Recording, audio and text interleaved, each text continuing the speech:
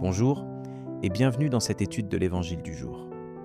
Ce midi, nous allons nous pencher sur un thème qui nous concerne tous, la richesse et l'avidité.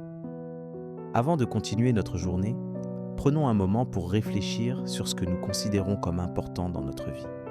Aujourd'hui, nous allons voir comment Jésus nous enseigne à nous détacher des biens matériels et à nous attacher à ce qui est véritablement important.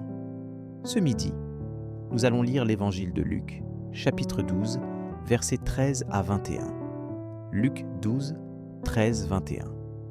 En ce temps-là, du milieu de la foule, quelqu'un demanda à Jésus : « Maître, dis à mon frère de partager avec moi notre héritage. » Jésus lui répondit : « Homme, qui donc m'a établi pour être votre juge ou l'arbitre de vos partages ? » Puis, s'adressant à tous : « Gardez-vous bien de toute avidité, car la vie de quelqu'un, même dans l'abondance, ne dépend pas de ce qu'il possède. » Et il leur dit cette parabole. Il y avait un homme riche, dont le domaine avait bien rapporté. Il se demandait : « Que vais-je faire ? Car je n'ai pas de place pour mettre ma récolte. » Puis il se dit : « Voici ce que je vais faire. Je vais démolir mes greniers, j'en construirai de plus grands, et j'y mettrai tout mon blé et tous mes biens. Alors je me dirai à moi-même : te voilà donc avec de nombreux biens à ta disposition, pour de nombreuses années. Repose-toi, mange, bois, jouis de l'existence. » Mais Dieu lui dit : « Tu es fou. Cette nuit même, on va te redemander ta vie. Et ce que tu auras accumulé, qui l'aura ? Voilà ce qui arrive à celui qui amasse pour lui-même, au lieu d'être riche en vue de Dieu. » En cette période de notre vie, nous sommes souvent préoccupés par nos besoins matériels et nous nous laissons emporter par l'avidité. Mais Jésus nous enseigne que la vie ne consiste pas dans l'abondance des biens que l'on possède. Nous sommes tous concernés par cette question. Qu'est-ce qui est véritablement important dans notre vie ? Est-ce la richesse, la reconnaissance ou peut-être quelque chose de plus profond ? Jésus nous rappelle que la vie est plus que les biens matériels. La parole de Dieu nous apporte des réponses et des réconforts face à cette lutte.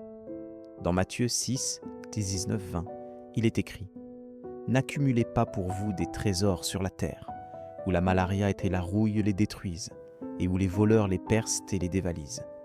Mais accumulatez pour vous des trésors dans le ciel, où ni la malaria ni la rouille ne les détruisent, et où les voleurs ne les percent pas et ne les dévalisent pas. » Cela signifie que nous devons nous attacher à ce qui est éternel, et non à ce qui est temporaire.